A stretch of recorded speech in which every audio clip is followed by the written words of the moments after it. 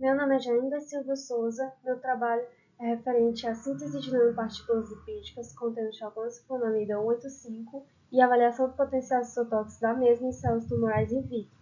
A orientadora é a professora doutora Ana Jéssica Araújo e eixo temático pesquisa clínica e biomédica.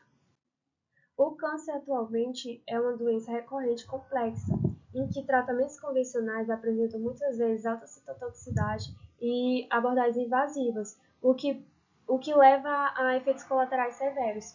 Dito isso, busca-se novas abordagens como novos citoterapêuticos que sejam eficazes e menos agressivos, como o exemplo das chalconas, que são amplamente exploradas em seu potencial uso terapêutico.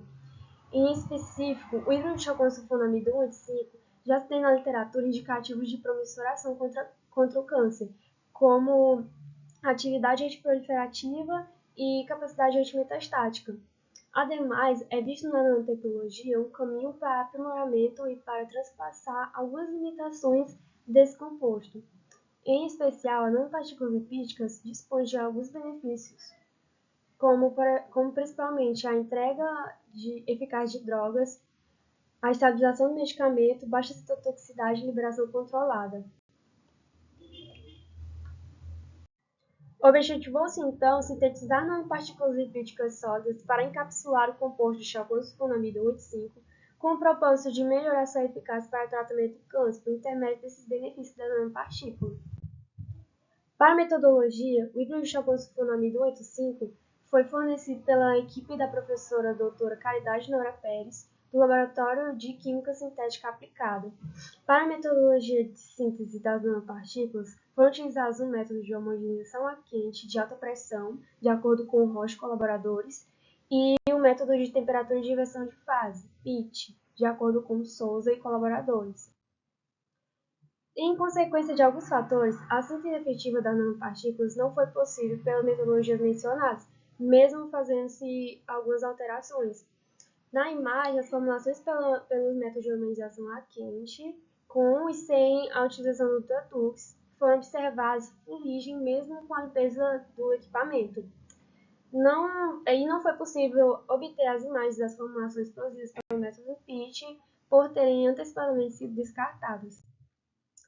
Tendo em vista alguns parâmetros macroscópicos, como principalmente a turbidez excessiva, presença de fuligem, suspensão de partículas e separação gravitacional, de acordo com a literatura, são indicativos da não formulação das nanos.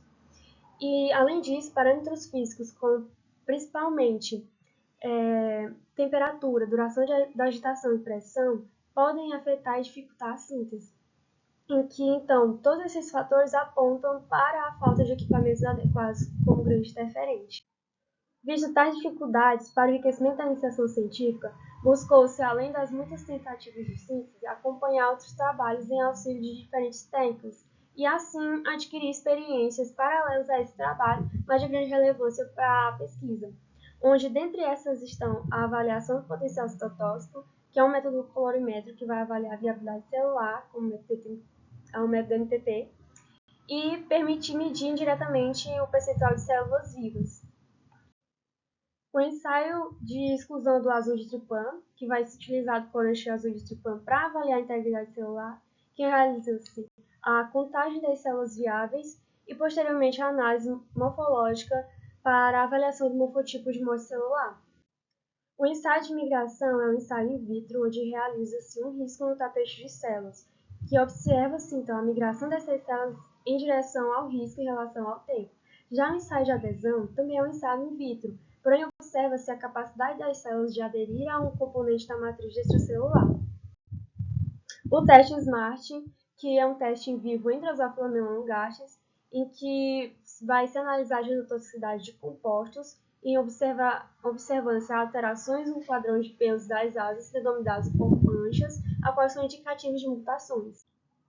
Conclui-se que a não formulação das nanopartículas foi devido à instabilidade excessiva que assim possibilitou a encapsulação do híbrido de chalcona em sua análise. O aproveitamento da iniciação científica se deu tanto pelas intensivas tentativas de síntese como pelo acompanhamento de diferentes ensaios. Essas são as referências e agradecimentos. Obrigada.